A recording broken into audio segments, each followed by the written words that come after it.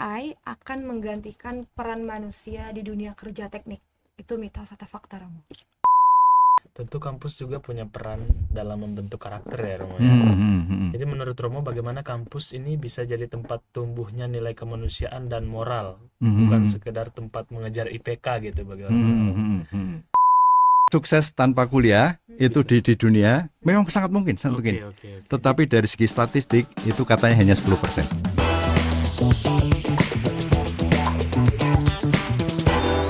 Hai, halo Sobat Teknosa.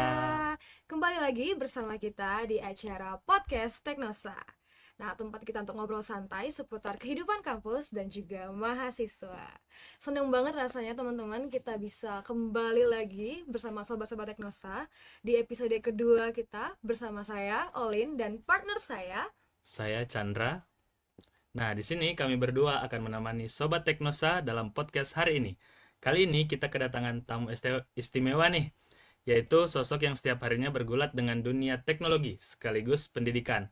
Beliau merupakan salah satu dosen informatika yang sudah bertahun-tahun mendidik mahasiswa FST. Jadi, di sini melihat bagaimana pendidikan sebenarnya bukan cuma soal ilmu, tapi soal pembentukan cara berpikir. Tiada bukan adalah Romo Kuntoro Adi. Di sini kerap dipanggil dengan Romo Kun. Halo Romo Kun, gimana kabarnya? Chandra dan Olin, selamat siang atau selamat pagi. Senang sekali bisa diundang pada kesempatan untuk ngobrol bersama pada Teknosa pagi hari ini. Oke Romo, kami juga senang banget Romo dan berterima kasih karena Romo bersedia memenuhi undangan kami dalam acara ini.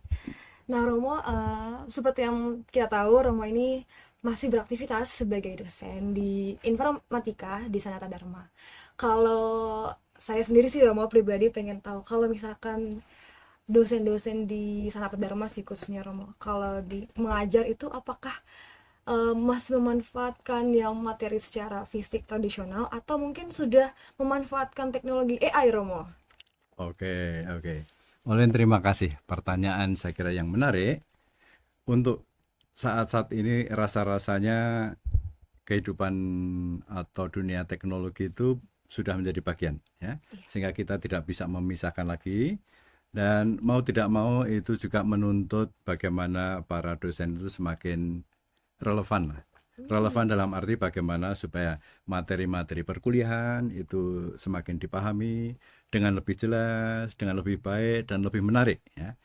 Dan harus diakui bahwa AI untuk saat ini luar biasa perkembangannya, ya. Perkembangannya luar biasa. Dan misalnya kalau untuk di kelas kita, misalnya yang kelas sistem cerdas atau artificial intelligence, itu pertemuan pertama adalah kita mencoba untuk mengulik bersama-sama. Berdasarkan teks tertentu kita mencoba membuat puisi, membuat lagu, membuat gambar berdasarkan teknologi yang tersedia. Artinya apa? Artinya bahwa kita tidak mencoba untuk menghindari, tapi bahwa itu yang tersedia. Dan paling tidak kita mencoba untuk mempelajari melalui perkuliahan-perkuliahan kita, kira-kira teknologi di balik itu tuh kira-kira apa saja yang penting. Karena kita tahu ya, namanya teknologi itu sangat cepat. Sehingga istilahnya ada moving target. Tetapi di lain itu algoritma logikanya itu kurang lebih itu boleh dikatakan perkembangannya itu juga tidak mengikuti implementasinya, tapi paling tidak perkembangan seperti itu yang baik kalau kita sebagai mahasiswa informatika itu paham, ya. Oke Romo, berarti di kelas pun AI masih bisa dimanfaatkan ya Romo ya untuk materi ajar. Sangat ya. Oke, seperti yang sudah kita sadari sekarang ini dan dari pemaparan dari Romo tadi, kita telah banyak dibantu oleh AI ya tentunya.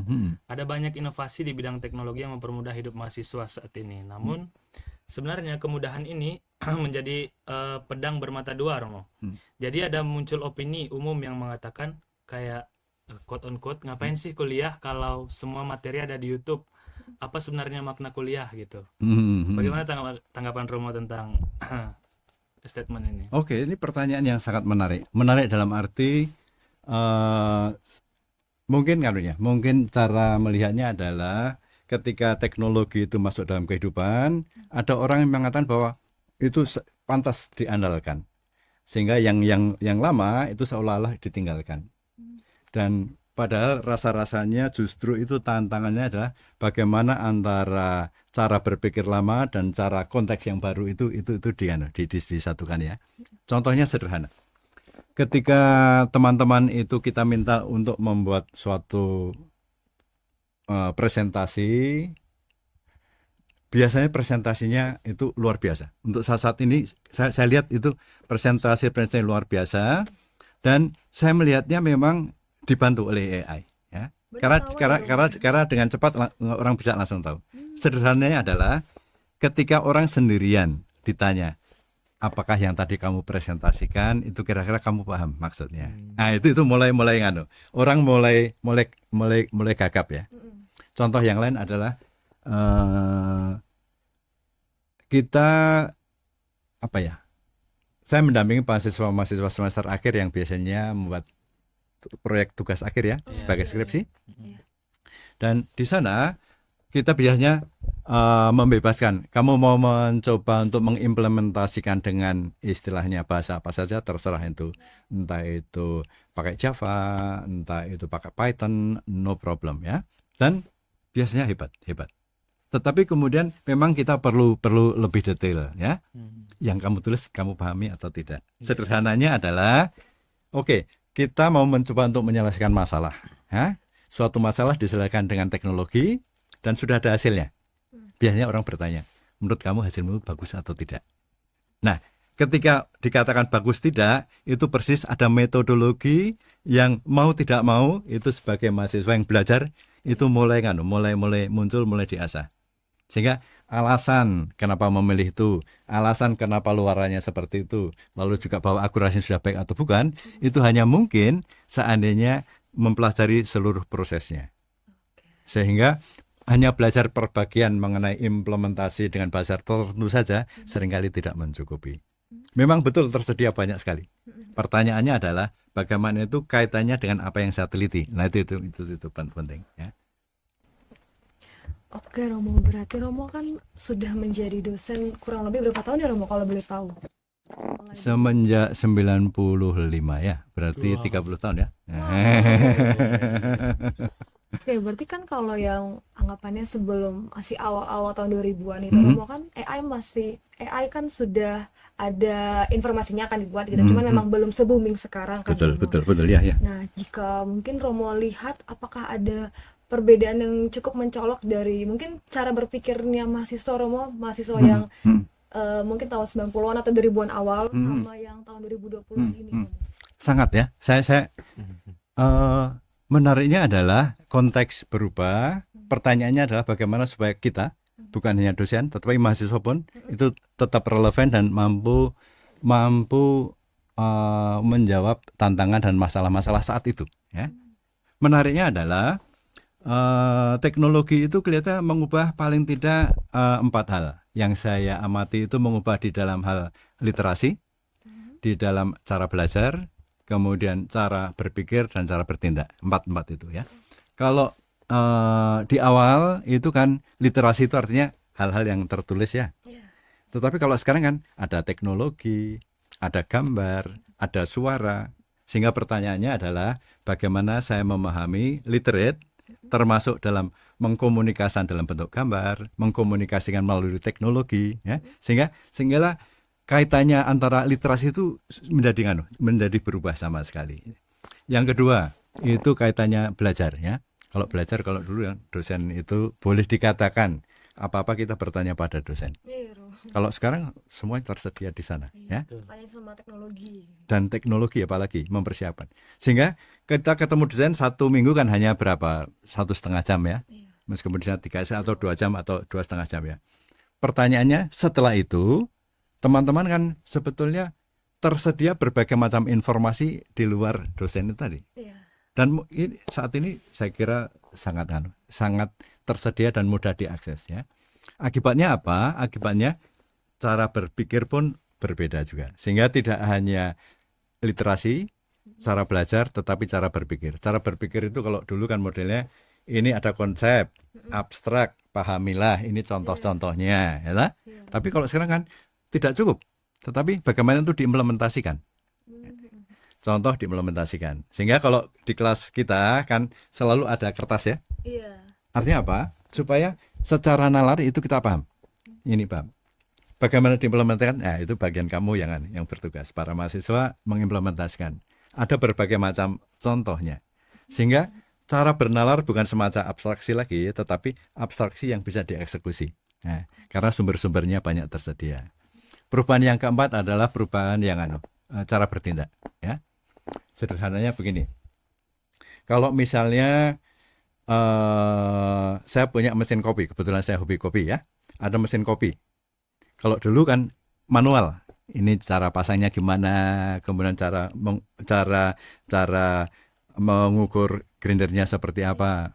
Kalau sekarang kan tidak manual lagi, tapi langsung digunakan toh. Iya. Sehingga orang melompati kan manual lagi. Karena apa? Cara-cara itu ada di sana ya.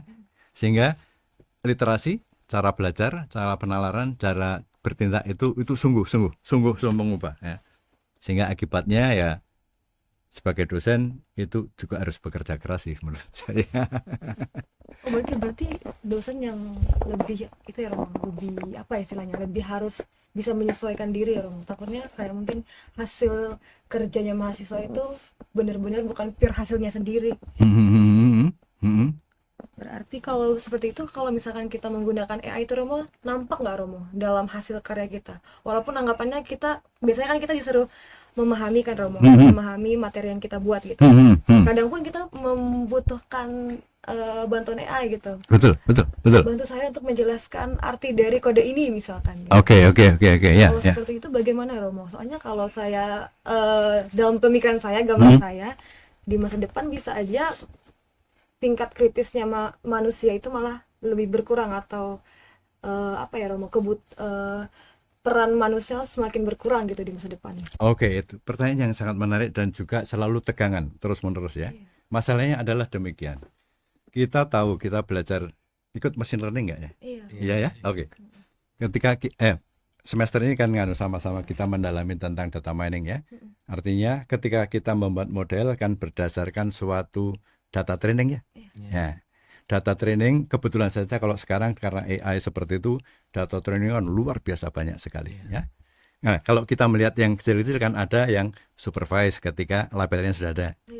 Ada unsupervised ketika label belum ada, atau kita mencoba dengan belajar reinforcement ya. Nah, sekarang masalahnya adalah label itu kan kaitannya bahwa data ini sebetulnya akurat atau tidak. Ya, label-label kan menunjukkan bahwa ini data-data yang baik atau data yang tidak baik. Nah, AI ada kecenderungan adalah mengambil semua data dan seringkali datanya tidak baik. Akibatnya cara berpikir AI itu kemudian hasilnya mengarang. Tidak pasti Romo. Tidak pasti. Contohnya adalah demikian. Bulan Juli yang lalu ya. Kebetulan kan saya sedang retret menyepi ya. Lalu saya membaca buku yang ditulis oleh Paus Fransiskus. Judulnya adalah Hope ya. Ditulis tahun 2025 pada bulan Januari. Uskup kan wafat pada tahun ini bulan April ya. Lalu saya bertanya kepada Dipsik, tolong dibuatkan ringkasan mengenai buku Hope ini. Lalu jawabannya sederhana. Dia mengatakan buku ini tidak ada. Jawabannya tidak ada. Jawaban dari AI. AI, buku ini tidak ada ya. Lalu yang kedua adalah lalu dia membuatkan, pokoknya kan harus menjawab toh. Lalu menjawab hal yang tidak saya harapkan, yang berbeda. Nah, kemudian saya bilang buku itu ada. Lalu saya mengirimkan linknya ya, linknya saya kirimkan ke Dipsik. Dia bilang, oh iya, maaf kalau gitu, itu kami belum update mengenai data itu. Tetapi yang menarik bagi saya adalah rupa-rupanya untuk data yang harus berbayar atau aksesnya melalui formal atau ya harus berbayar ya. Iya ya. Akses itu kelihatannya yang saat ini mereka inginnya data yang tersedia begitu saja. Padahal yang berbayar itu kan boleh dengan data-data atau informasi yang relatif kan ya lebih oke ya. Nah, seandainya selama ini kemudian data trainingnya itu kita sendiri meragukan, kan nanti modeling yang dihasilkan juga tentu saja meragukan toh ya. Itu yang terjadi. Itu yang terjadi saat ini. Dan saya kira Kompas 2 hari yang lalu Itu membahas itu di halaman, saya kira di halaman tengah itu membahas itu menarik, itu sebagai penelitian yang tidak hanya anggapan personal, tetapi kelihatannya itu juga yang dilihat oleh banyak orang, sehingga memang menjanjikan, kan, tetapi kita pun juga perlu tetap kritis ya, tetap kritis, karena hasilnya kita langsung mudah tahu, oh ini buatan AI.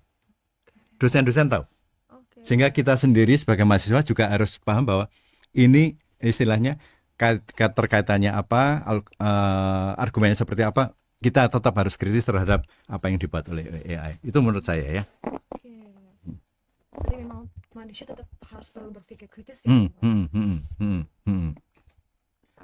Oke, kita masuk ke games nih Romo. Oke. Kita ada games namanya mitos atau fakta. Jadi di sini aku sama Olin kasih statement atau pertanyaan gitu. Oke. Romo tinggal jawab mitos atau fakta gitu. Oke, Pilih ya. salah satu, nanti terus kasih alasannya gitu. Oke, ya. Oke, kita masuk pertanyaan pertama ya Romo. Mm. Engineer yang baik itu adalah yang bisa menyelesaikan masalah dengan cepat. Mitos atau fakta? Itu mitos. Oh, gitu. Oh, betul, kenapa mitos Romo? Karena tidak hanya cepat tetapi perlu tepat juga. Oh, Ya, oke. sehingga cepat tidak mencukupi. Ya seperti tadi AI tadi ya, cepat sekali. Tapi apakah tepat atau tidak? Itu. Oke. Berarti tidak, engineer itu yang baik adalah yang bisa menyelesaikan masalah dengan cepat, Cepat dan tepat. gitu. Oke, mitos atau fakta yang kedua Romo. AI akan menggantikan peran manusia di dunia kerja teknik. Itu mitos atau fakta Romo? Menurut saya itu mitos. Mitos juga. Ya. Beberapa hal perulangan itu memang bisa digantikan oleh teknologi. Tetapi mengenai relasi, mengenai kreativitas saat ini paling tidak itu AI itu kok kelihatannya masih belum bisa menggantikan dengan baik ya. Oke, berarti masih berperan lebih tinggi itu masih manusia ya Romo ya. Oke, kita lanjut ke pertanyaan berikutnya. Hmm. Ini agak ngeri-ngeri sedap ini Romo. Gimana Chandra? Quote on quote-nya itu. Ah. Jadi gini pertanyaannya. Kuliah itu sudah tidak relevan di era digital karena semua ilmu bisa dipelajari dari internet atau AI. Nah, gimana Romo? Oke. Itu menurut saya itu mitos.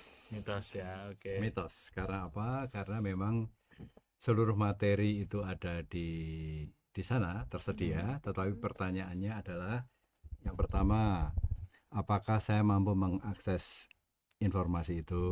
Yang kedua, apakah saya paham tentang informasi itu? Betul. Karena kita memang bisa menggunakan, dan contohnya memang kalau saya melihat banyak presentasi tertulis PPT yang dibuat itu dari tugas itu bagus ya, dan dipresentasikan kebanyakan hanya dibacakan, kelihatan bagus. Tetapi ketika coba tanpa ada pakai PowerPoint tidak masalah, tetapi ketika dibahasakan dengan bahasa sendiri, apakah memang paham? Itu salah satu tantangannya ada. Bahwa memang banyak tersedia informasi ada di sana, pertanyaan kita paham dengan tentang yang ditulis di sana atau tidak. Itu pokoknya ya. Sukses tanpa kuliah itu di dunia memang sangat mungkin. Tetapi dari segi statistik itu katanya hanya 10%. Dari 10 hanya ada 1. Bukan, artinya dari 100%, 10% itu yang non kuliah. Harus bekerja. Sedangkan yang 90% masih tetap melalui bangku perkuliahan. Itu pertanyaan yang menarik. Oke, pernyataan ketiga, mitos atau fakta, kecerdasan buatan atau AI akan menggantikan peran manusia di dunia kerja teknik. Oke. Gabungan itu antara mitos dan fakta ya. Faktanya adalah hal-hal yang terkait dengan perulangan terus-menerus. Itu harus diakui, teknik itu sudah menggantikan dengan baik. Tetapi terkait dengan perasaan, terkait dengan kreativitas, terkait dengan relasi manusia, itu kelihatannya AI belum bisa menggantikan. Terakhir Romo, mitos atau fakta, tujuan utama kuliah itu adalah mendapatkan pekerjaan yang layak. Oke, nah itu pertanyaan yang baik, pertanyaan menarik, dan itu biasanya ditanyakan oleh orang tua yang mengirim para mahasiswanya. Dan kalau saya mengamati apa yang terjadi di antara para mahasiswa adalah memang tahun pertama kedua adalah penyesuaian, ya. Sedangkan tahun ketiga itu para mahasiswa melihat bahwa berrelasi, membuat komunitas, membuat network itu penting, ya. Sehingga dengan kata lain membuat jejaring itu menjadi penting karena tuntutan ya bukan hanya teknologi tetapi dunia saat ini seperti itu. Lalu bahwa selesai cepat waktu dan kemudian mendapat pekerjaan itu memang penting karena itu yang diharapkan oleh orang tua, ya. Sehingga tetapi pertanyaannya adalah sejauh mana ketika sudah lulus orang itu mampu berkembang lebih baik. Nah, di situ saya kira apa yang dipelajari di mahasiswa khususnya terkait dengan orang mengatakan soft skill, ya, artinya kemampuan berkomunikasi, kemampuan bernegosiasi, kemampuan untuk berjejaring, kemampuan untuk menyelesaikan konflik, kemampuan untuk bekerja sama, itu hanya mungkin ketika Kuliah. kita tidak hanya kuliah, di perkuliahan kita mengikuti berbagai macam kegiatan. Oh betul. Sehingga kalau Organisasi. sehingga kalau di sana Dharma kan kita melihat adanya Poin itu ya. ijazah yang non akademik, ya. Apa ijazah atau apa itu sertifikat yang non akademik, ya. Sertifikat non akademik ya. Itu karena apa? Supaya kita juga mendorong orang itu maju di dalam kemauan soft skill itu. Karena itu yang membuat kita bisa survive dengan baik juga di luar kuliah, di dalam pekerjaan, di dalam hidup kita. Iya, oke. Itu yang saya lihat. Oke. Oke, kalau begitu Romo, kan tadi kita sudah membahas tentang kuliah itu dikatakanlah cukup penting ya Romo, ya. Namun sebenarnya kalau di perkuliahan itu mahasiswa kan Romo ada yang mempelajari tentang materi dan juga praktik, khususnya ya yang di bidang informatika, ya. Betul. Di sisi lain, apa hal yang seharusnya mahasiswa pelajari namun terkadang diabaikan selama bangku kuliah, Romo? Oke, ya. Nah, saya tertarik untuk melihat tantangannya, ya.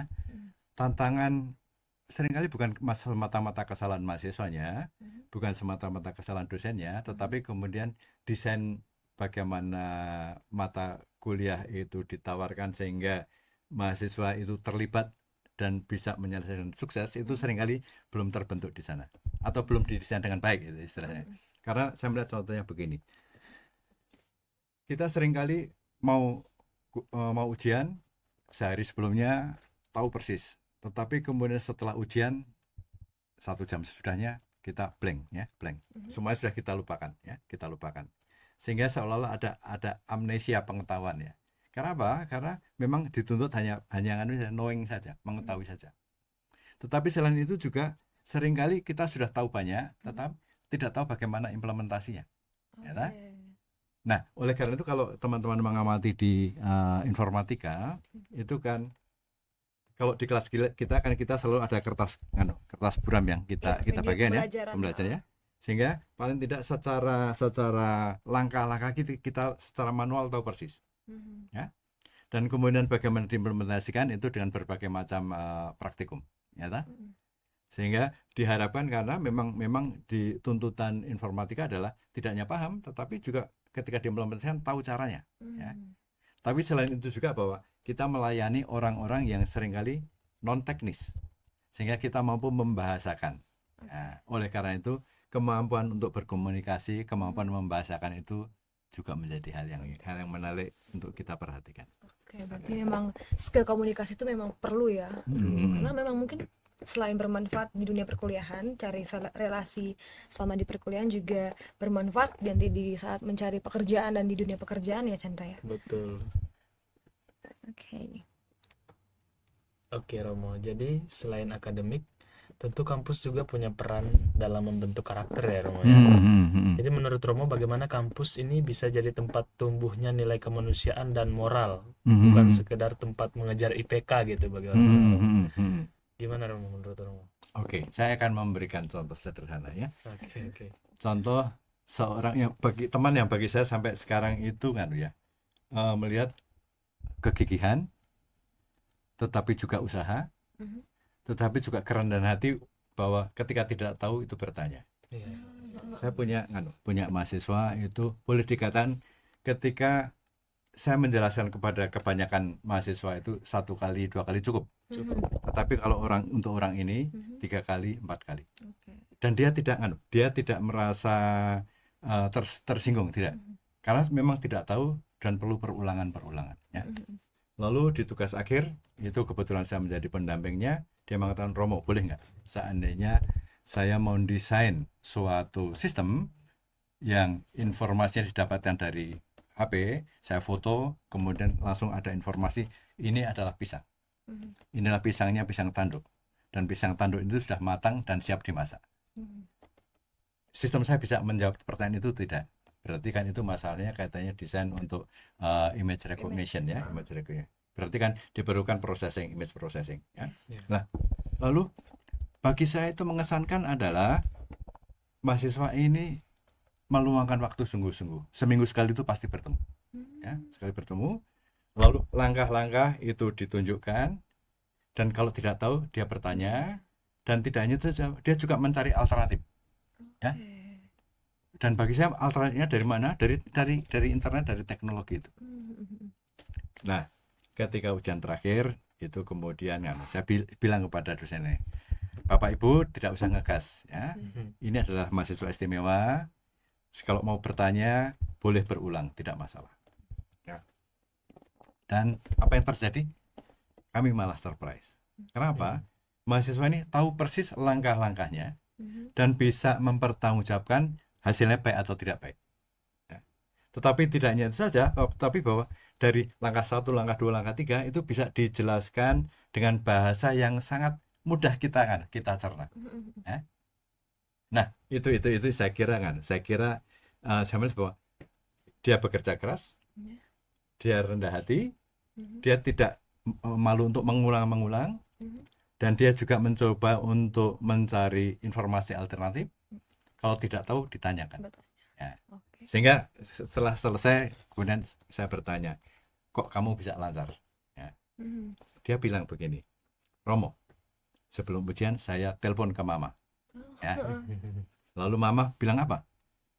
Semenjak kamu pergi dari rumah ini, setiap hari saya mendoakan kamu. Dan kalau ujian ini pasti saya yakin itu kamu itu bisa.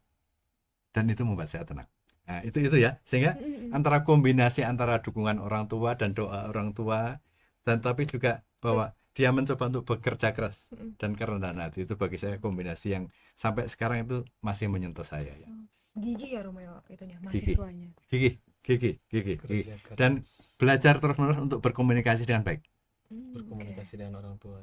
Dan orang tua, tetapi dengan dosen dan juga dengan menceritakan apa yang dia kerjakan. Iya. Sehingga komunikasi bagi saya kok tetap ya. Tetapi juga bahwa dia bisa memilih kata-kata yang membuat orang itu tidak merasa tidak merasa ditekan atau offense gitu loh. Itu bagi saya itu ini adalah soft skill yang saya rasakan ini menarik dan cukup penting. Oke. Dan terakhir nih Romo, apa harapan Romo terhadap generasi muda Indonesia yang sedang kuliah sekarang? Jadi agar mereka ini bisa benar-benar membawa perubahan positif untuk bangsa kita, Romo. Oke ya. Tentu saja tahu yang kamu pelajari. Iya. Yang dipelajari memang ahli. Saya harapkan bahwa tahu dan memang ahli di bidangnya. Oke. Lalu yang kedua itu memang saya kira namanya punya network dan soft skill itu tuntutan sekarang yang tidak bisa diabaikan. Ya, lalu tentu saja kalau bisa ya belajar tidak pernah berhenti. Karena yang kita pelajari sekarang kan berubah dengan sangat cepat. Meskipun kita tahu prinsip-prinsip pokoknya kita pelajari di perkuliahan, tetapi ketika diimplementasikan itu kan sehingga sudah berubah dengan wajah yang berbeda ya. Sehingga mau tidak mau menuntut kita untuk terus belajar komunikasi, kerendahan hati juga ya. Dan tentu saja tetap imbang ya. Healingnya tetap penting. Kerja keras boleh, tapi healing jangan lupa. Wah, luar biasa nih Romo. Banyak sekali hal penting yang bisa kita ambil dari obrolan hari ini, mulai dari semangat belajar, makna kuliah, sampai nilai perjuangan di balik setiap langkah mahasiswa. Oke, bener banget Kak Chandra. Semoga sobat-sobat Teknosa yang di rumah ini bisa menjadi lebih termotivasi dan juga belajar banyak dari obrolan yang sudah kita bahas dari awal video hingga akhir ini bersama Romo Kuntoro. Oke, terima kasih banyak Romo sudah berbagi waktu dan menginspirasi bersama kami. Banyak terima kasih atas Oke. pertanyaan-pertanyaan yang Romo. penting dan Kami informatif senang banget dan Romo bisa, inspiratif. kami senang banget Romo bisa berbagi pendapat Romo dan bahkan mungkin berbagi banyak pengetahuan dengan kita ya. Iya, oke. Sama-sama ya. Dan buat pendengar podcast Teknosa, jangan lupa untuk tetap semangat, tetap haus akan ilmu, dan terus jadi bagian dari perubahan yang lebih baik di masa yang akan mendatang. Terima kasih teman-teman sudah menonton, dan sampai jumpa di episode selanjutnya. Terima kasih. Semangat untuk kita semua. Saya punya mahasiswa itu boleh dikatakan ketika saya menjelaskan kepada kebanyakan mahasiswa itu 1 kali 2 kali cukup. Tetapi kalau untuk orang ini 3 kali 4 kali. Lalu di tugas akhir itu kebetulan saya menjadi pendampingnya. Mahasiswa ini meluangkan waktu sungguh-sungguh. Seminggu sekali itu pasti bertemu. Nah, ketika ujian terakhir itu kemudian saya bilang kepada dosennya, Bapak Ibu tidak usah ngegas ya. Ini adalah mahasiswa istimewa. Kalau mau bertanya boleh berulang, tidak masalah ya. Dan apa yang terjadi? Kami malah surprise. Kenapa? Mahasiswa ini tahu persis langkah-langkahnya dan bisa mempertanggungjawabkan hasilnya baik atau tidak baik. Setelah selesai kemudian saya bertanya, kok kamu bisa lancar ya. Dia bilang begini, Romo, sebelum ujian saya telepon ke mama ya. Lalu mama bilang apa? Semenjak kamu pergi dari rumah ini, setiap hari saya mendoakan kamu. Dan kalau ujian ini pasti saya yakin itu kamu itu bisa. Dan itu membuat saya tenang. Nah, itu ya. Sehingga antara kombinasi antara dukungan orang tua dan doa orang tua, dan tapi juga bahwa dia mencoba untuk bekerja keras dan kerendahan hati, itu bagi saya kombinasi yang sampai sekarang itu masih menyentuh saya.